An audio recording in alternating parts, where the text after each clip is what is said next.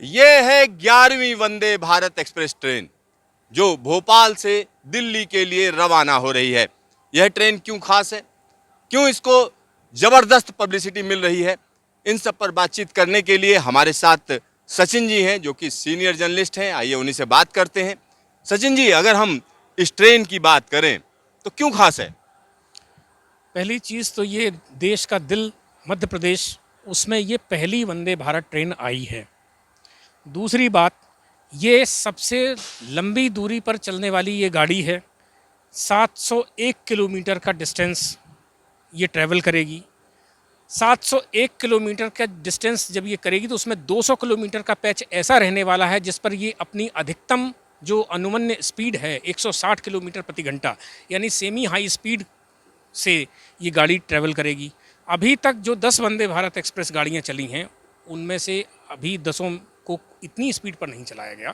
130 maximum उनकी speed थी जिस पर वो गाड़ियाँ चल रही हैं। तो पहली ट्रेन की अगर हम बात करें तो पहली ट्रेन जो चली थी वो सीधा सीधा बनारस के लिए चलाई गई थी। दूसरी ट्रेन कटरा के लिए चली, 2 ट्रेनें चली, फिर वंदे भारत का काम कहीं ना कहीं रुक गया और उसके बाद दोबारा जब स्पीड पकड़ी वंदे भारत ने तो बड़ी तेजी से बनती चली जा रही। क्या कहेंगे? जी हाँ, बिल्कुल सही बात है कि जब 2 गाड़ियाँ पहले ही बनाई गई और उन 2 गाड़ियों को हम लोगों ने सब पैरामीटर पर चेक किया गया, उसमें क्या क्या चीज़ें अपग्रेड करने की आवश्यकता थी, इसका एक पूरा सर्वेक्षण किया गया और उसके बाद आईसीएफ के इंजीनियरों ने दूसरा संस्करण निकाला और दूसरा संस्करण की कई खासियत थी।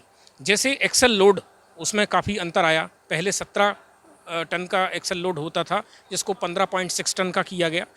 गाड़ी का जो वजन था पहले 430 टन था, बाद में जो नया संस्करण आया उसका 392 यानी 38 टन कम वजन किया गया। इसके साथ साथ में इसका जो वजन कम होने के कारण से एक्सीलरेशन का वो फोर्स भी बढ़ गया। आप जानते हैं कि ये गाड़ी जो है इसका एक्सीलरेशन डी एक्सीलरेशन के मामले में भी एक मार्वल है, टेक्नोलॉजी मार्वल है। बुलेट ट्रेन 55 सेकंड में 0 से 100 kmph की स्पीड पकड़ती है और जो हमारी पहला संस्करण जो आया था वो 54.6 सेकंड में 100 किलोमीटर की स्पीड पकड़ता था।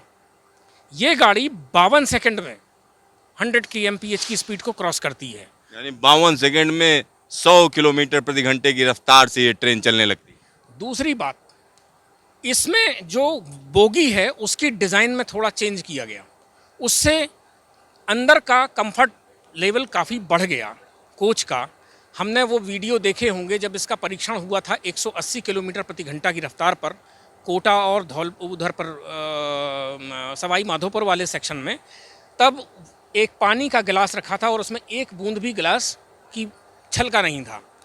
तो उसमें कुछ नीचे एक तो एयर सस्पेंशन लगाए गए, साइडिंग डैम्पर्स लगाए गए, उसके कारण से जो गाड़ी हिलती है तेज़ स्पीड पर उसको कंट्रोल कर लिया गया। अब आप अंदर जब बैठेंगे और जब गाड़ी ये चलेगी तो ये ट्रैक भी बहुत अच्छा है, भोपाल से झांसी, झांसी से ग्वालियर और आगरा के बाद तो सेमी हाई स्पीड का ट्रैक हो जाता है। तब आप इस गाड़ी का जो सवारी है उसका असली आनंद तब आएगा जो हमको देखने को मिलने वाला है अभी थोड़ी देर बाद में। यानी आगरा से पलवल के बीच में ये ट्रेन अपनी स्पीड में चलेगी, जिस स्पीड के लिए इसको जाना जा रहा है। देखिए, अब जो राइडिंग इंडेक्स का एक मैटर आता है, आप सब जानते हैं, हम लोगों ने कई बार उस पर चर्चा भी करी है कि ये जो दूसरा संस्करण आया है इसका राइडिंग इंडेक्स 3.2 रखा गया है और अंतर्राष्ट्रीय स्टैंडर्ड 2.8 है। मैं बहुत उत्सुक हूँ इस बात को लेकर के कि रेलवे के इंजीनियर एक बार इस रूट पर, विशेष रूप से आगरा से दिल्ली के सेक्शन पर, उस राइडिंग इंडेक्स को दोबारा से टेस्ट करें, उसका दोबारा से सर्वे करें। मुझे पूरा विश्वास है कि वो 3 से भी नीचे होगा राइडिंग इंडेक्स।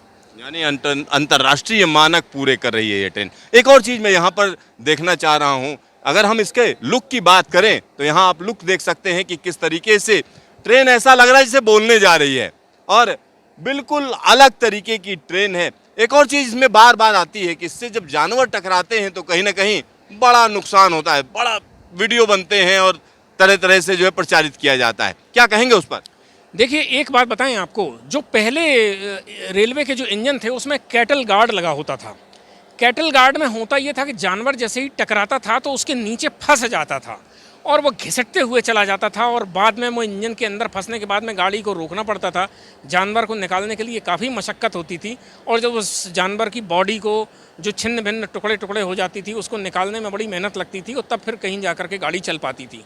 लेकिन इसका डिज़ाइन जो है इंजीनियरों ने, पहले भी हमने कई फ़ोटो देखे थे जिसमें ये पूरा साइड में होता था तो ये टूट जाता था, ये नोज़ जो दिखाई देती है। तो जब रेलवे के इंजीनियरों से बात की गई तो उन्होंने कहा कि हमने इसको तो डिज़ाइन ही इस तरह से किया गया है कि ये जानवर टकराएगा और टूट जाएगा, गाड़ी रुकेगी तो जानवर उससे इंजन के अंदर जितना भी इक्विपमेंट्स लगे हुए हैं उनको कोई भी नुकसान नहीं पहुंचेगा। केवल ये नोज़ हटेगी, इसको आप हटा दीजिए, गाड़ी चलती रहेगी, इसको ठीक करके फिर शाम को लग जाएगा, बहुत समय नहीं लगता है इसको ठीक करने में। तो कैटल की दृष्टि से भी ये ठीक ही है गाड़ी, उसका डिज़ाइन में कोई ऐसी वो नहीं है, डिज़ाइन में बदलाव है। एक सोचा गया कि उसको कैसे टैकल करना है उस प्रॉब्लम को, और लेकिन गाड़ी को कोई नुकसान नहीं होता है। उस दृष्टि से रेलवे को कोई बहुत बड़ा उसको फ़ायदा ही है, बेनिफिट है, उसका कोई नुकसान नहीं है। मतलब इसमें कोई नुकसान नहीं है। इसका अगर हम डिज़ाइन देखें तो यहाँ पर आप देख सकते हैं जो इसकी नोज है, ये नाक है इसकी, और ये फाइबर की बनी हुई है, ये फाइबर की बनी हुई नाक है। और अगर हम कैटल गार्ड की बात करें तो काफ़ी नीचे है, यानी इसमें कोई जानवर अगर टकराता है तो ऐसा नहीं है कि वो इंजन के अंदर फंस जाएगा।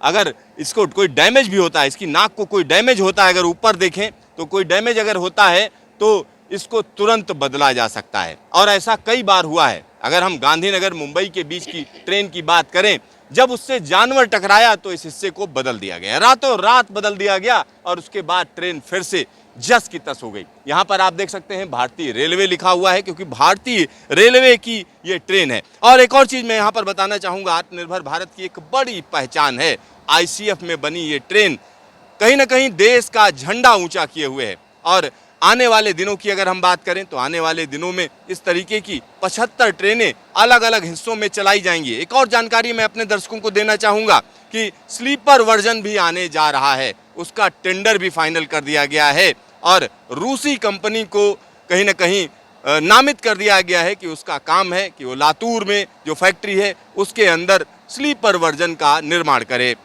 कैमरामैन शकील अहमद के साथ सिद्धार्थ, न्यूज स्टेशन, भोपाल।